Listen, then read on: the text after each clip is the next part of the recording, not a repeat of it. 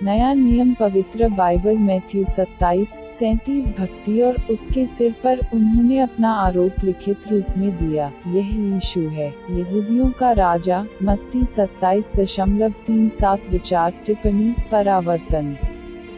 यीशु द्वारा लोगों को संशोधित किए जाने और हिंसक रूप से अपमानित किए जाने के बाद राज्यपाल के सैनिक उसके चारों ओर एकत्रित हो गए। उन सैनिकों का उद्देश्य यीशु के खर्च पर मजे करना था। वे यहूदियों के राजा का मजाक बनाना चाहते थे। बाइबल कहती है कि सैनिकों ने सबसे पहले यीशु को छीन लिया, फिर उन्होंने उसे बैंगनी रंग का लहंगा पहना, जो शायद बहुत पुराना और पहना हुआ था। शायद यह एक सैनिक की परित्यक्त लूट थी। किसी भी मामले में उद्देश्य शाही लुटेरों का प्रतिनिधित्व करना था। यहाँ हमें याद रखना चाहिए कि यीशु का शरीर पूरी तरह से जख्मों से जख्मी था। यह अनुचित कार्य करना और इसे फिर से लागू करना बेहद दर्दनाक रहा होगा। सैनिकों ने कांटों का मुकुट भी प्रदान किया और यीशु पर रख दिया। सैनिकों का उद्देश्य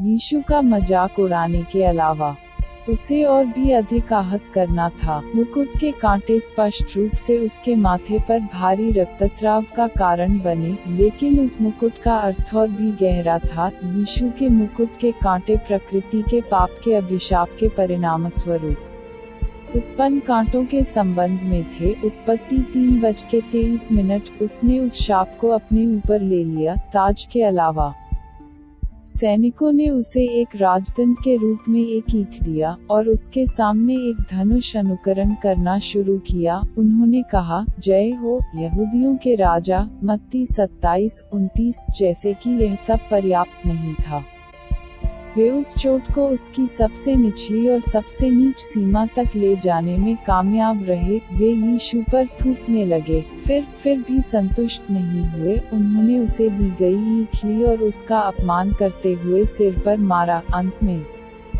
एक बार फिर उन्होंने यीशु को छीन लिया, उसे अपने कपड़े पहनाए और उसे सूली पर चढ़ा दिया। विश्वास की स्वीकारोक्ति, मैं अपने पाप को स्वीकार करता हूँ और उसकी क्षमा मांगता हूँ और मुझे सभी निंदा से उद्धार करता हूँ। मैं यीशु मसीह को अपने एकमात्र और कुशल उद्धारकर्ता और मेरे जीवन के भगवान के रूप में पहचानता हूँ। जीवन की पुस्तक में मेरा नाम लिखता हूँ।